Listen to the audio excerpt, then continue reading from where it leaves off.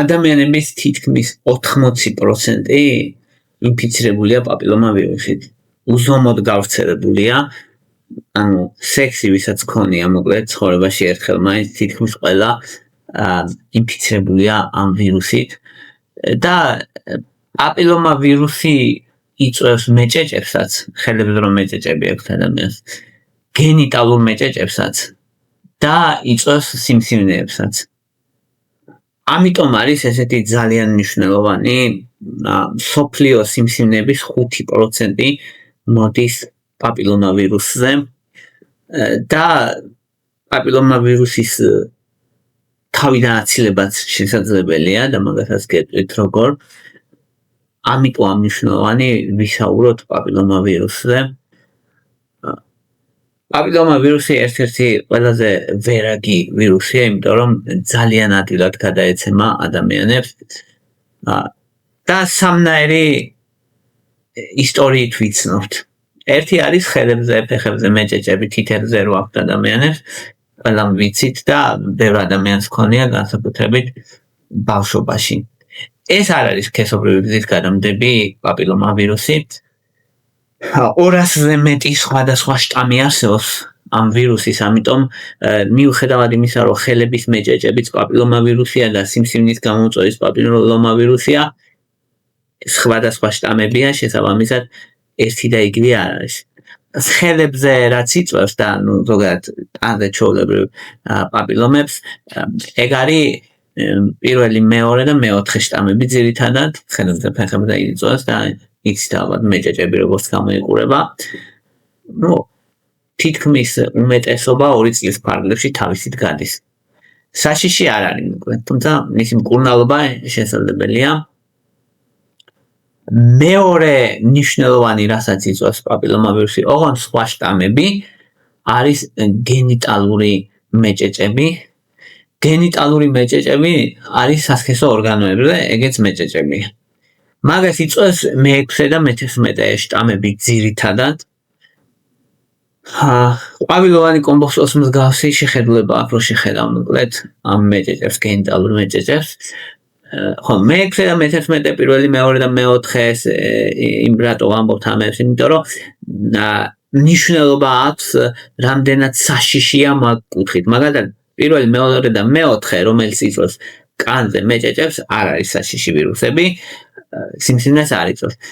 გენიტალურ მეჭეჭებს რაც იწვევს მე-6 და მე-11, სუსტად რისკის მატარებელია. ანუ ნული რისკი არ აქვს, მაინც შესაძლებელია რომ გამოიწვევს სიმსივნეც, მაგრამ შედარებით ნაკლები ალბათობით. და არსებობს მაღალი რისკის პაპილომავირუსები, მაგალითად მე-16 და მე-18.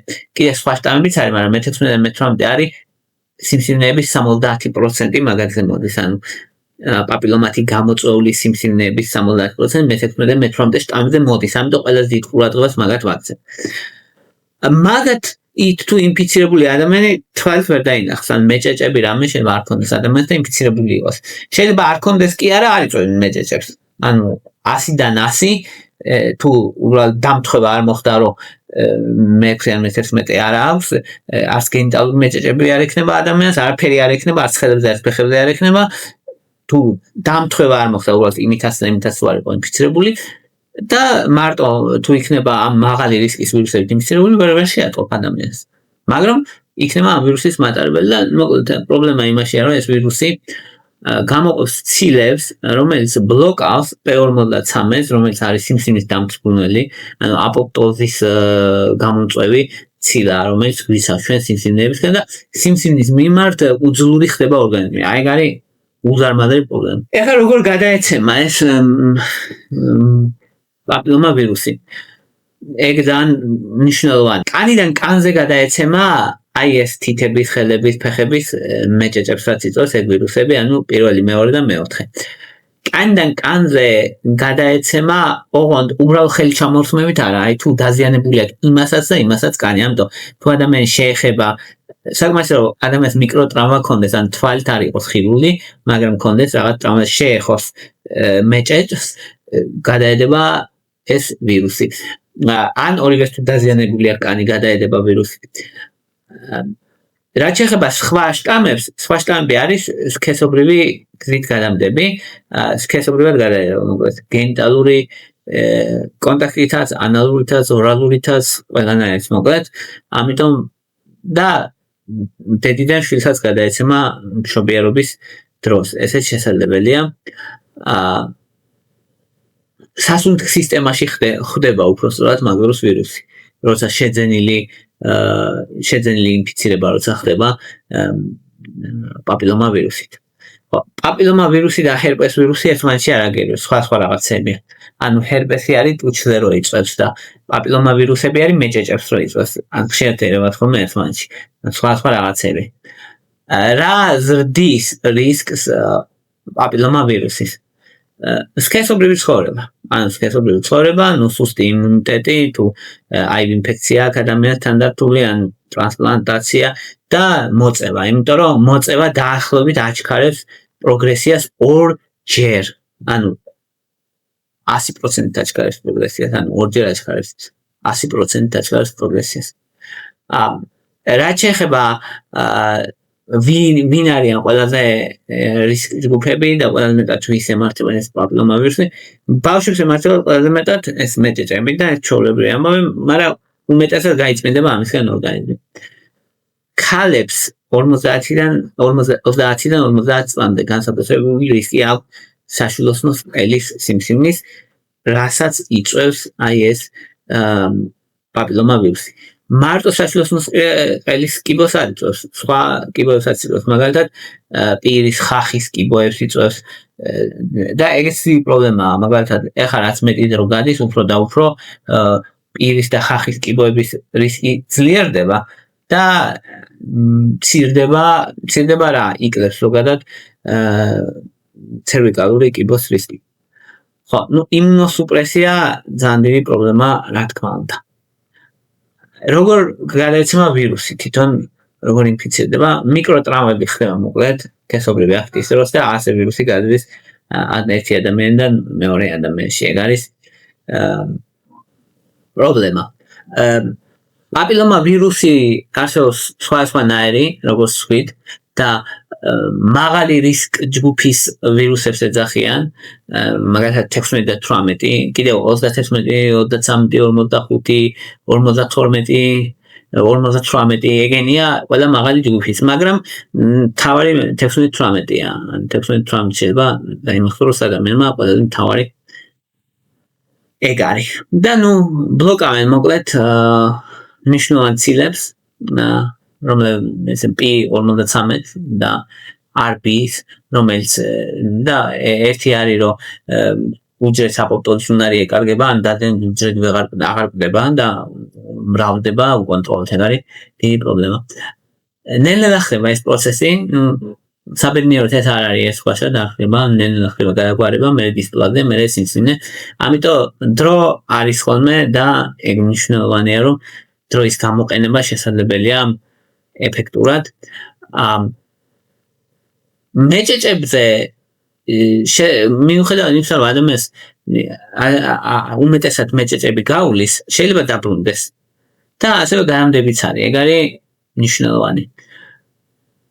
თუკი მაღალი რისკის ვირუსებით არის ინფიცირებული ადამიანი, მაშინ შეიძლება განვითარდეს გადაგვარება საშვილოსნოს ყელის ნაწილის, რომელსაც ეძახიან ცერვიკალურ ინტრაეპითელიარულ ნეოპლაზიას, CINS, რომელიც პრეკანცერული მდგომარეობა, ანუ სიმსივნის წინა მდგომარეობა რეალურად, რაც პრობლემაა და სიმსივნე შეიძლება განვითარდეს.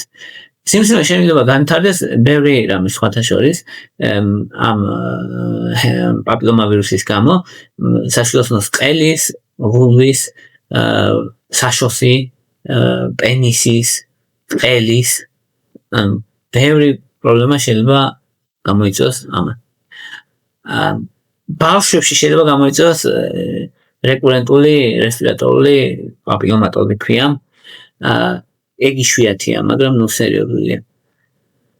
რაც შეეხება დიაგნოზს როგორ ვაკეთებთ, დიაგნოზის ან პაპილომა ვირუსი აქვს თუ არა ადამიანს, ეგ არის ძალიან მნიშვნელოვანი საკითხი სინამდვილეშიც. დიაგნოსტირება, ერთი რომ შეხედავ, მეჭეჭები აქვს თუ არა ადამიანს, ეგ ხელების ფეხების მეჭეჭების შემთხვევაში გენიტალიებზე იქნება მეჭეჭები. და რაც შეეხება მაღალი რისკის ვირუსებით თუ ინფიცირებული პაპილომით მაგას ვერ მიხვდები ისე, ამიტომ პაპ ტესტი არსებობს, საშუალო წყლის გამოკვლევა და ეს პაპ ტესტის გაკეთება ძალიან მნიშვნელოვანია და HPV DNM-ის ტესტი არსებობს, რომელიც ამოიცნობს ამ მაღალი რისკის ტიპებს. ანუ ქალებისთვის მთავარი გზავნილი აქ ისაა, რომ ქალებმა უნდა გაიკეთონ საშუალო წყლის გამოკვლევა, პაპ ტესტი, ახალგაზრდობიდანვე და კოლონოსკოპია, ასევე ბიოპსია თუ საჭირო გახდება იმისთვის, რათა დადგინდეს ხოლმე რა მდგომარეობა, ეს პრეკანცერული მდგომარეობა არის თუ არა. ყველაზე ხშირი სქესობრივი გზით განმდები ინფექცია მსოფლიოში. ანუ ხო გონია, რომ თვითონ გონორეა, სიფილისი, ქლამიდია, ტრიქომონა, ხო არა, ეგენი არ არის. ყველაზე ხშირი არის პაპილომა ვირუსი. ძალიან ბევრ ადამიანს აქვს და ამიტომ ესე გავრცელებული 200-ზე მეტი ტიპი არსებობს და აქედან 40 აინფიცირებს სასქესო სისტემას. ხო. და რაც შეეხება ყველაზე მთავარი, რაც უნდა მივაქციოთ ყურადღება არის 16 და 18, როგორც გითხარით. მკურნალობას რაც შეეხება ახლა. მკურნალობა თუ ხელებზე ფეხებზე ადამიანს მეჭეჭება, მაშინ სალიცილის მჟავა არის საუკეთესო სამკურნალო საშუალება, მოკლედ 17-დან 40%-მდე დღიურად გამოიყენება და 65% ეფექტურობა აქვს 3 თვეში. კრიოთერაპია ასევე შესაძლებელია 2-3 კვირაში ერთხელ და დაახლოებით 70%-იანი ეფექტურობა აქვს. 3-4 სესიის მერე, 3-4 სესია საჭიროა ხოლმე. არის კიდე სხვა მკურნალობები, შესაძლოა ქირურგიით მოცილება, ლაზერით მოცილება. მაგრამ როგორც წესი ემორჩილება სხვა მკურნალობებს. იმიქიუმოდი, ეგეთი პრეპარატია, კრემი 5%-იანი, რომელიც გამოიყენება თუ გენიტალური მეჭეჭები აქვს ადამიანს. და დაახლოებით 16 კვირაში აქვს 60-70% ეფექტურობა, ანუ საკმაოდ მაღალი ეფექტურობა აქვს მაგასაც. პოდოფილოტოქსინის 0.5%-იანი ხსნარი გამოიყენება ასევე. მასაც დაახლოებით აქვს 70%-იანი ეფექტურობა. კრიოთერაპია შესაძლებელია მანდაც ქირურგიული ამოკვეთა არის ხოლმე იშვიათად საჭირო. თუმცა შესაძლებელია. შეიძლება თუ არა დაბრუნდეს მეჭეჭების მკურნალობის შემდეგ ისევ მეჭეჭი ამოვიდეს ადამიანს. შესაძლებელია, ეგ არაა პრობლემა. ხო, კრიოთერაპია ან კონირებასაც ეძახიან ხოლმე, ესეთი კონირება არის ფორმა მკურნალობის, კონუსის ფორმის ამოაჭრიან საშუალო წყლის რაღაც ნაწილს, რომელიც დაზიანებულია და დაახლოებით 90%-იანი ეფექტურობა აქვს მაგას. თუ კი აი მაღალი რისკის ვირუსებით არის ინფიცირებული ადამიანი და სიმსივნის რისკი აქვს, მაშინ ან კრიოთერაპია გამოიყენება ხოლმე, ან გამოიყენება ხოლმე კონირება. თუ სიმსივნე განვითარდა ადამიანს, უკვე ქირურგია, რადიოთერაპია, ქიმიოთერაპია მოკლედ ჭირდება. ქალებს ამ პაპ ტესტის გაკეთება ჭირდებათ 21 წლიდან. მოყოლებული ყოველ 3 წელიწადში ერთხელ. ეს არის ძალიან მნიშვნელოვანი რეკომენდაცია. ასევე 5 წელიწადში ერთხელ სასურველია, რომ განსაკუთრებით 30 წლიდან გაიკეთოს ვირუსების DNM-ის ანალიზი, რომ არ არის ინფიცირებული რაიმე ამ საშიში ვირუსით. ძალიან მნიშვნელოვანია. ეხლა რა მოხდება თუ მკურნალობის გარეშე დავტოვებთ, ანუ თუ ისე არ მივახცევთ ყურადღებას, რა დაშავდება თუ არა რამე. 90% ამ პაპილომა ვირუსის თავისი განიკურნება 2 წელიწადში. 10% დაახლოებით რჩება. და 1-2% დაახლოებით განაპირობებს სიმსივნის განვითარებას 10-20 წელიწადში. ანუ ყოველი ინფიცირება არის ნამდვილად იმას, რომ სიმსივნის განვითარდება, ესეთი არ არის. ხო, ამიტომ ძალიან მნიშვნელოვანია დროული მკურნალობა და ქალყურის დევნება. ეგ არის ძალიან მნიშვნელოვანი. მკურნალობით და სკრინინგით შესაძლებელია ამ საშუალო ყელის კიბოს არიდება 95%-ით. ეგ ძალიან მნიშვნელოვანია. რაც შეეხება ვაქცინაცია, ანუ როგორი ვაქცინაცია არსებობს. ვაქცინა გვაქვს, რაც კაია და ბევრი შტამისგან იცავს, მოკლედ 6, 11, 16, 18, 31, 33, 45, 52, ზოგჯერ არის რომ ნაკლები შტამებისგან იცავს ხოლმე, მაგრამ ამ 9 კომპონენტიანი მოკლედ ვაქცინა არის საუკეთესო, რომელიც პრაქტიკულად ყველანაირი პაპილომავირუსისგან იცავს.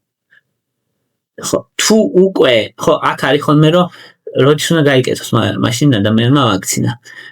რაც შეიძლება ახალგაზრდა ასაკში სამ სქესობრივ ცხოვრებას დაიწყებს. მიიჩნევა ხოლმე რომ აი 9-12 წლის ფარგლებში უკეთებენ ხოლმე ამ ვაქცინას და ეგ არის საუკეთესო ასაკი. ხო, ეს მე შესაძლებელია რა თქმა უნდა, ანუ არიან ადამიანები რომ ძალიან გვიან იწყებენ სქესობრივ ცხოვრებას და ეს რა პრობლემაა. ზოგადადაც რეკომენდირებულია რომ მერეც რეკომენდირებულია გაკეთება ამ ვაქცინის. თუ უკვე ადამიანი ინფიცირებულია იმ შტამებს ვერ შველის ვაქცინა.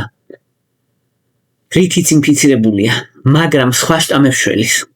ამიტომ სხვა შტამები აღარ დაემართება ადამიანს და მაინც რეკომენდირებულია რომ გაიგოს. ან დიდ ასაკშიც კი კარგია რომ ადამიანმა გაიგეთოს აი ეს პაპილომავირუსის საწინააღმდეგო ვაქცინა. ხო, ნუ მოწევისგან თავის შეკავება მნიშვნელოვანია ძალიან და ნუ საეჭვო სქესობრივი კავშირები რო არ ქონდეს ადამიანს ეგეც სასურველია რა თქმა უნდა. კაცების ვაქცინაციაც მნიშვნელოვანია, იმიტომ რომ კაცებთან იშვიათად არის რომ შეიძლება სიმსივნე გამოიწვიოს, მაგრამ იშვიათია, მაგრამ სამაგიეროდ ანუ ქალს არ დაავადებს, მაგისთვის არის კარგი და ამიტომ კაცების ვაქცინებაც ძალიან მნიშვნელოვანია და ნუ არ მოწევა, იმიტომ რომ მოწევა მნიშვნელოვნად აძლიერებს ამ პრობლემას და ეგ ყველაზე მნიშვნელოვანია რეალურად.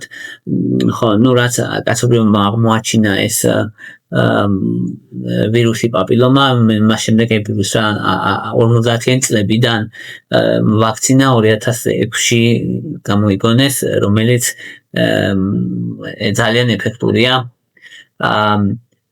ასევე ზოგჯერ არის დაკავშირებული ეს პაპილომავირუსი კოლორექტალურ სიმსივნესთანაც, ეგეც პრობლემა რეალურად და ვაქცინას ძალიან დიდი მნიშვნელობა აქვს ამ შემთხვევაში და მსოფლიო ჯანდაცვის ორგანიზაციას აქვს იმედი, რომ 2100 წლისთვის მოკლედ პაპილომავირუსი დასაშვილოს წელიწკიბო არ იქნება პრობლემა კაცობრიობისთვის, თუმცა ნუ ჯერჯერობით ეს ვერ მოხერხდა.